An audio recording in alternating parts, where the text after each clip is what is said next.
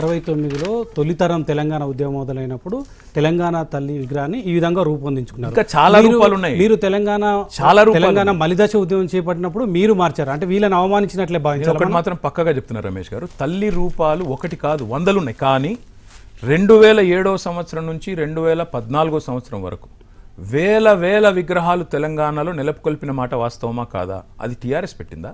తెలంగాణ ప్రజలు జేఏసీలుగా ఏర్పడి ఎక్కడికక్కడ రాజకీయాలకు అతీతంగా ఇవాళ బ్రహ్మాండంగా ఆవిష్కరించుకున్నారు. ఈరోజు ఉన్నాడు కదా కోదండరాం అడిగిన ఆయన ఎన్ని విగ్రహాలు ఆవిష్కరించిండు? మరి అప్పుడు లేని అభ్యంతరం ఇప్పుడు ఎందుకు వస్తున్నది? ఆయన ప్రభుత్వం మారితే తల్లి మారుతుంది అండి. కన్నా ఎవడు అడిగిండి నేను తల్లిని మార్చమని? ఎవడు అడిగిండు? ఇదివరకు నాకృతి బాలేదని ఇవ్వడం చెప్పిండు ఆయనకు. ఇదివరకు ఉన్నది బాలేదు, నువ్వు కొత్తది పెట్టమని ఇవ్వడం దరఖాస్తు ఇచ్చిండా? అదే కేటీఆర్ ఈ మనోవికారం ఏదైతే ఉందో, కాంగ్రెస్ మనోవికారం ఏదైతే ఉందో, నేను ఒకటి గుర్తుపెట్టుకోండి రమేష్, మీరు ఈరోజు ఇవాళ కొంతమందికి తాత్కాలికంగా ఆనందంగా ఉండొచ్చు కేసీఆర్ లేడని. జరుగుతున్న దాడి కేసీఆర్ మీద కాదు.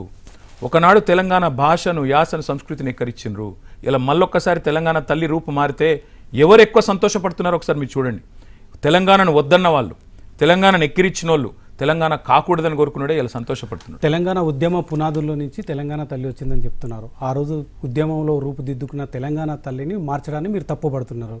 అదే ఉండాలని కోరుకుంటున్నారు. కానీ తెలంగాణ ఉద్యమంలో టీజీ ప్రతి ఒక్కరు మీతో సహా, మీ పార్టీ కార్యకర్తలతో సహా వెహికల్ నెంబర్ ప్లేట్కు టీజీ ఇచ్చారు. మీరు వచ్చినాక టీఎస్ మార్చారు. ఎవరు కూడా ఊహించలేదు అసలు టీఎస్ వచ్చిందాక టీజీ మారుస్తారు. అయినా మీరు చేంజ్ చేశారు.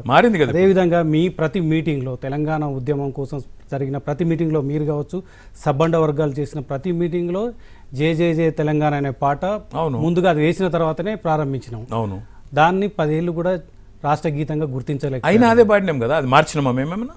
జయ జయ హే తెలంగాణ రాసి అందశ్రీ గారి రాసిన జయ జయ హేలో కేసీఆర్ గారు రాసిన పల్లవి కూడా ఉందండి, చరణం కూడా ఉంది. చాలామందికి తెలియదు. ఇవాళ మార్చింది ఎవడన్నా ఉంటే మూర్ఖుడు రేవంత్ రెడ్డి.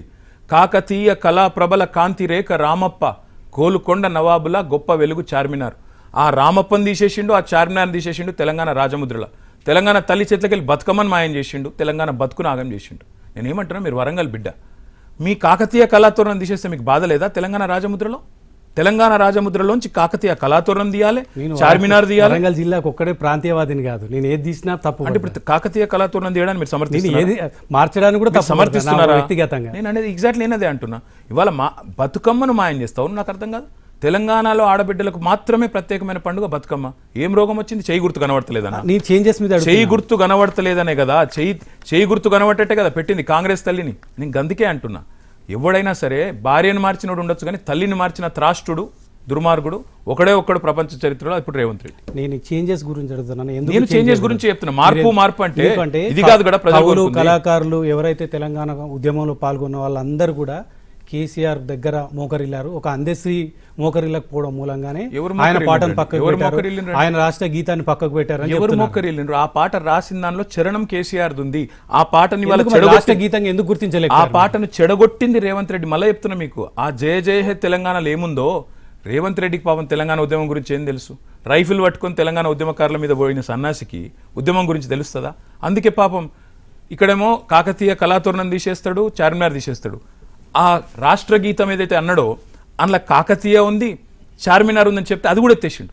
ఒక గంత మూర్ఖుడు. ఇంకొక మాట చెప్తున్నా మీకు, మీరు అన్నారు ఇందాక టీఎస్ను టీజీగా చేసుకున్నాం కదా అన్నాడు. కరెక్ట్, మీరు అదే టీజీ ఉద్యమంలో ఉండే, ఇప్పుడు టీజీ పెట్టినావు. ఉద్యమకారులు అడిగిన టీజీ పెట్టినావు. మరి ఎవరు అడిగిన నిన్ను ఇవాళ తెలంగాణ తల్లిని మార్చమని? ఎవడం దరఖాస్తు ఇచ్చిండా నీకు? ఆ రోజు కూడా ఇదే తెలంగాణ తల్లిని పెట్టుకున్నాం కదా. చాలా మంది కళాకారులు, మేధావులు అడిగారని రేవంత్ రెడ్డి చెప్తారు. అదే రేవంత్ రెడ్డి, వేం నరేందర్ రెడ్డి అనే మేధావి, లేకపోతే పక్కన ఉండే ఇంకో చొట్టము, వీళ్ళు చెప్పింది నీకు మేధావులా? నేను అనేది ఇంకొక మాట చెప్తున్నా రమేష్, మీకు గుర్తుపెట్టుకోండి. వీళ్ళు ఏం చేసినా 3 ఏళ్ల తర్వాత మా గవర్నమెంట్ మళ్ళీ వస్తుంది. వచ్చిన తర్వాత మొట్టమొదటి రోజు నేను ఇవాళ మీకు చెప్తున్నా, రాసి పెట్టుకోండి. మీరు వీళ్ళు ఏం చేస్తారో చేసుకోండి.